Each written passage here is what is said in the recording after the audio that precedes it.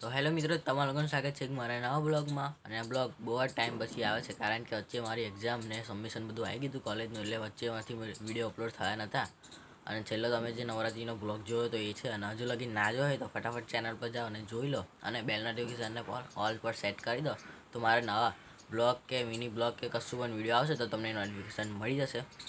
અને હવે આજના વિડીયોમાં તો આપણે મારું જે જુપિટર છે ને એની બેટરી બહુ જ ડાઉન થઈ ગઈ છે. ખાલી એકવાર તમે ચાલુ કરી દો ને પહેલી વારમાં તો કદાચ થઈ જશે ને, તો એ પણ નહીં થાય, કિક મારીને જ કરવું પડે. એટલે હું આજે અમારા જુપિટરની બેટરી ખોલવાનું છું, તો તમને દેખાઈશ કે કેવી રીતે ખુલે છે બેટરી, કઈ આગળ હોય છે, કેટલા વોટની એમ્પિયર, તમને બધું કહીશ. અને એક્ઝામ તો હજુ કાલ પરમ દિવસ જ પતી છે મારી, એટલે અત્યારે તો વેકેશન જેવું જ છે. વેકેશન જેવું એટલે કે અત્યારે લગીને જે લગીને ટાઈમ ટેબલ નહીં આવે તે લગીને અત્યારે તો અમે કોલેજ જવાનું નહીં, તે લગીને તો વેકેશન જ કહેવાય ને. એટલે મસ્ત હવે શિયાળો ચાલે છે, એટલે હું મસ્ત તાપમાં બેસીને બ્લોગ ઉતારું છું. બહાર એમથી મસ્ત તાપ આવે છે. અને અત્યારે કેટલા વાગ્યા છે?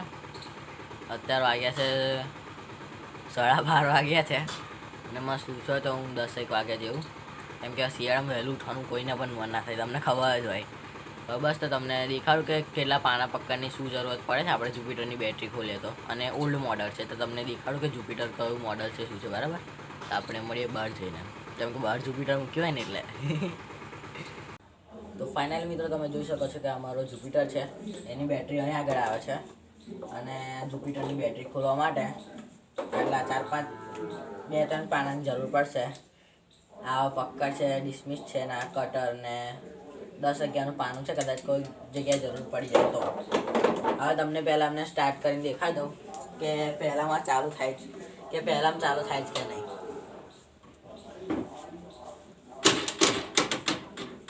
જોઈ શકો મિત્રો, બેટરી એકદમ ઉતરેલી જ છે. જો આ સેલ વાગે જ ખાલી, જો આ છે ને તમને આવે તો આની બેટરી ખોલી આપણે.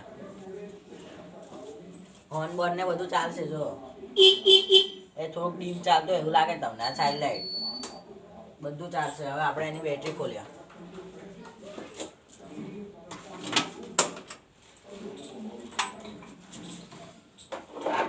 અહીં આગળ એનો સ્ક્રૂ આવશે ને એક પેલી બાજુ સ્ક્રૂ આવશે.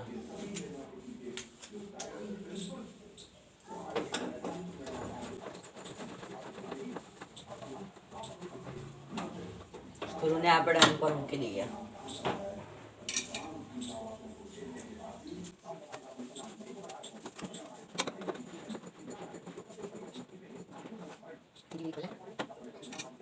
આ બે સ્ક્રૂ આવશે અને બીજું એક અહીંયા આગળ સ્ક્રૂ છે, અને પણ છે ને એ બહુ કાટ ખવાઈ ગયો છે ને, એટલે અમે એટલું તોડ નાખ્યું છે સ્ક્રૂનું. એટલે સ્ક્રૂ નહીં નીકાળવાનું, ખાલી એટલું પ્લાસ્ટિકનું કાઢી દેવાનું.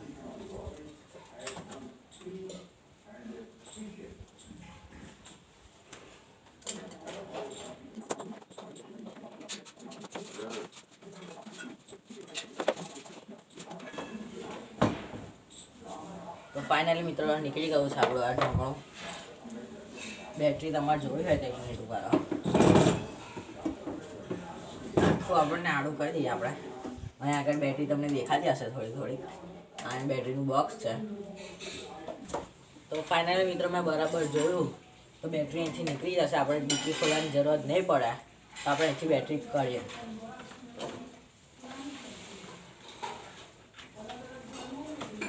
આ એના લોક જેવું આવે છે ફિટ કરવાનું.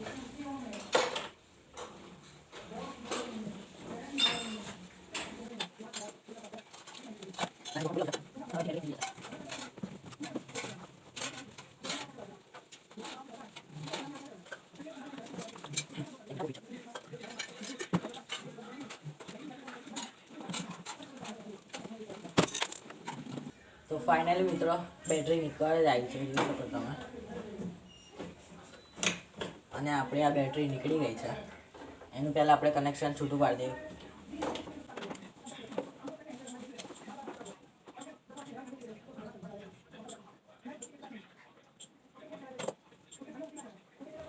આપણે આ માઇનસ છેડો છૂટો પાડી દીધો છે બેટરીનો.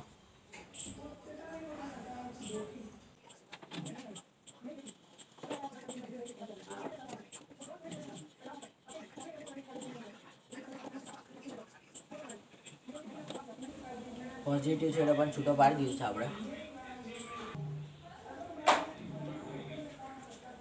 જોઈ શકો છો કે આ બેટરી છે. અને હવે આપણે વોલ્ટેજ માપીશું કે કેટલા વોલ્ટની છે. વોલ્ટ એટલે કે કેટલા વોલ્ટ ઓછા છે, એટલે 12 વોલ્ટની હોય એટલે કેટલા છે ને કેમ નહીં ચાલુ થતું એટલે. તો ફાઇનલ મિત્રો તમે જોઈ શકો છો કે આ બેટરી છે જુપિટરની ને આવી રીતે આમ આવા બોક્સમાં આવે છે ને મલ્ટીમીટર છે જેના મદદથી આપણે એસી ડીસી કરંટ વોલ્ટેજ માપી શકીએ છીએ. તો આપણે આને 20 વોલ્ટ પર સેટ કરી દઈએ ડીસી ઉપર. ને હવે આપણે વોલ્ટેજ માપીએ તો જોઈએ કેટલા છે વોલ્ટેજ. બરાબર, પહેલાં એનું સ્ટેન્ડ, આવું સ્ટેન્ડ પણ આવે, એનું સ્ટેન્ડ ખોલી નાખીએ આપણે.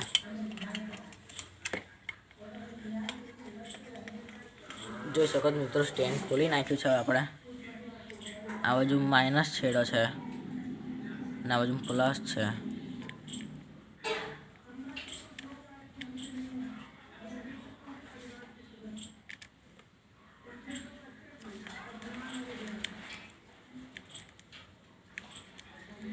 જોઈ શકો છો મિત્રો કદાચ વોલ્ટેજ આવતા જ ઉભા રહો. હા, લાગે આખી ડાઉન થઈ ગઈ છે બેટરી. જોઈ શકો તમે.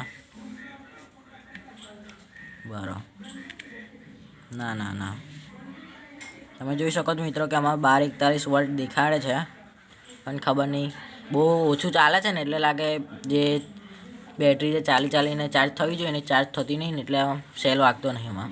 તો આપણે એમાં એક દિવસ ચાર્જિંગ મૂકીને જોઈ લઈશું કે કેવું છે, બેટરી ચાલે એવી છે કે નવી નાખવાની છે. બરાબર, તો આપણે આને હવે ફિટ કરી દઈએ અને બેટરીને સાઈડમાં રાખીને કાલે ચાર્જિંગમાં આપી દઈશું આપણે. તો હવે એને સરખી રીતે ફિટ કરી દઈએ કેમ કે અહીં આગળ પ્લસ માઇનસના છેડા છે અને આ લાઇટના બધાના વાયરો આપેલા છે, એકબીજા નડે ને એવી રીતે આપણે ફિટ કરી દઈએ પછી આપણે મળીએ. બરાબર, તો ફાઇનલ મિત્રો આપણે જુપિટરની જે બેટરીનું ખાનું હતું એ આપણે બંધ કરી દીધું છે, જોઈ શકો છો તમે. અને હવે આપણે બેટરી પણ કરી લીધી છે. તો હવે આપણે બેટરી વગર ચાલુ કરીને જોઈએ કે કેટલી કિકમાં જુપિટર ચાલુ થાય છે. બરાબર, તો આપણે ચાર્જિંગ ચાલુ કરી દીધી છે. હોર્ન બંધ કશું વાગતું નહીં, તમને દેખાડ દો.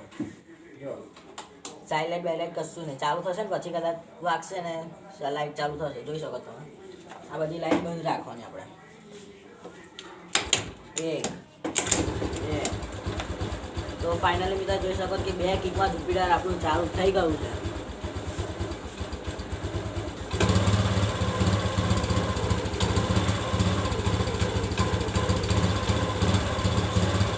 હવે જોઈએ કે હોર્ન બોર્ન વાગે છે કે નહીં. આપણે હોર્ન વાગે છે પણ જેવી આપણે સાયલેન્ટ ચાલુ કરી એવી બંધ થઈ ગયું છે. પાછું એકવાર ટ્રાય કરીએ.